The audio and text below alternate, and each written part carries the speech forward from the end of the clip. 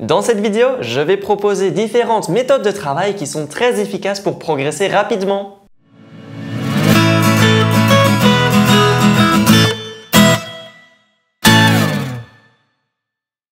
Salut à tous, c'est Robin Maïs. Il m'est arrivé souvent, trop souvent, qu'un élève vienne en classe en ayant travaillé beaucoup, ce qui est très bien, mais pas de manière efficace. C'est pourquoi il me tient à cœur de réaliser une vidéo sur la manière de travailler correctement. Si vous manquez de temps dans votre vie et que vous désirez progresser rapidement à la guitare, cette vidéo est faite pour vous. Premièrement, par rapport à la sélection du travail.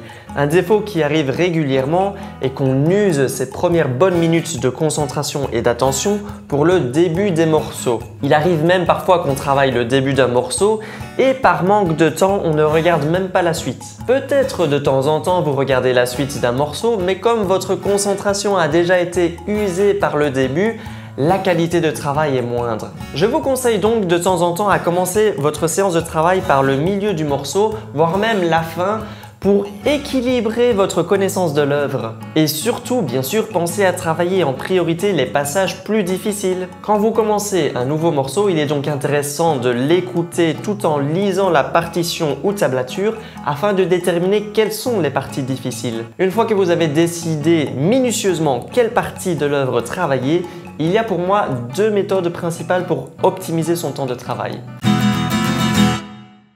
La première méthode est de prendre une phrase musicale, souvent 4 à 8 mesures, à travailler très lentement. Mais quand je dis lentement, c'est vraiment lentement. Vous devez laisser le temps à vos yeux de lire les notes, votre cerveau d'analyser les mouvements à exécuter et vos doigts de se mettre en place correctement. En travaillant cette méthode, essayez donc de faire un minimum de fautes. Si le morceau est plus ou moins de votre niveau, que vous êtes bien concentré et que vous le travaillez suffisamment lentement, vous devez être capable de jouer la phrase musicale sans faute au premier ou deuxième essai maximum.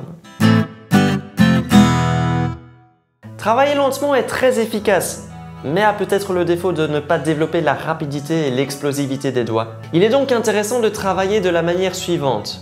Prenez des petites cellules, motifs, 1 à 2 mesures maximum, à travailler cette fois à tempo, pas trop lentement, mais à répéter en boucle jusqu'à ce que vous gommiez toutes les fautes que vous réalisez à cause justement de la vitesse choisie. Vous devez donc à chaque fois que vous répétez la cellule, analyser quelle erreur vous avez faite et mettre votre attention à cet endroit précis pour la corriger. Réadaptez donc votre manière de jouer la cellule à chaque reprise. J'espère que vous avez bien compris ces petites astuces pour optimiser son temps de travail et progresser rapidement dans votre répertoire. Je n'ai pas montré d'exemple concret, mais n'hésitez pas à m'écrire dans les commentaires si vous êtes intéressé par un type de vidéo où je travaille moi-même mon répertoire et j'explique un petit peu comment je procède. Petit pouce en l'air si vous avez aimé la vidéo. N'oubliez pas que j'ai un compte Tipeee si vous désirez me soutenir différemment et abonnez-vous si ce n'est pas encore fait. On se voit dans une prochaine vidéo. Ciao!